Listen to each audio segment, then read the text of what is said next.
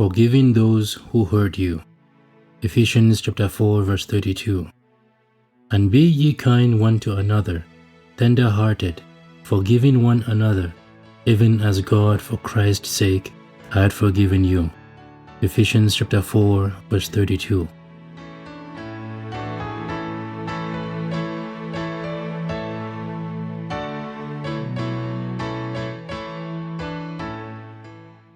Hello and welcome to day 178 of Faith for Every Day.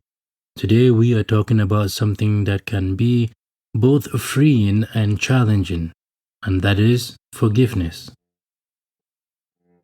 Our verses, Ephesians chapter 4 verse 32, is both simple and profound. And be ye kind one to another, tender-hearted, forgiving one another, even as God for Christ's sake hath forgiven you. The last part is key. Even as God, for Christ's sake, had forgiven you.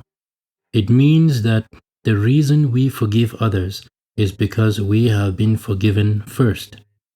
Forgiveness is not about saying what someone did was okay. It is not about pretending it never happened. Instead, it is about choosing to let go of the bitterness and resentment that can poison our hearts. You see, when we refuse to forgive, we end up carrying a burden that God never intended for us to carry. Unforgiveness weighs us down and keeps us from experiencing the joy and peace that God offers. It also makes it harder for us to grow in love and compassion. Forgiveness is a decision, a choice to release someone from the debt you feel they owe you. But it is also a process. You may have to forgive the same person more than once in your heart, especially if the hurt was deep. That is why Paul tells us to be tender-hearted. We forgive not because the other person deserves it, but because Christ forgave us when we did not deserve it either. Let us think about the cross for a moment. Jesus was betrayed, mocked, beaten, and nailed to a cross. And yet, he prayed, "Father, forgive them, for they know not what they do." That is a model we are called to follow. Sometimes, the person we need to forgive will never say, "I am sorry." They might never even realize they hurt us, but forgiveness is not dependent on their action. It is about our obedience to God and to our own freedom.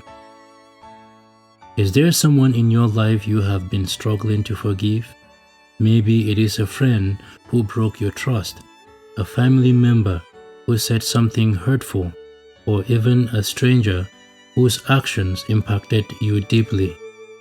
Ask God to help you take the first step towards forgiveness today. Pray for them, not that they get away with what they did or they get what they deserve, but that they would experience God's mercy and transformation. And remember, forgiveness is not a sign of weakness. It is a sign of strength.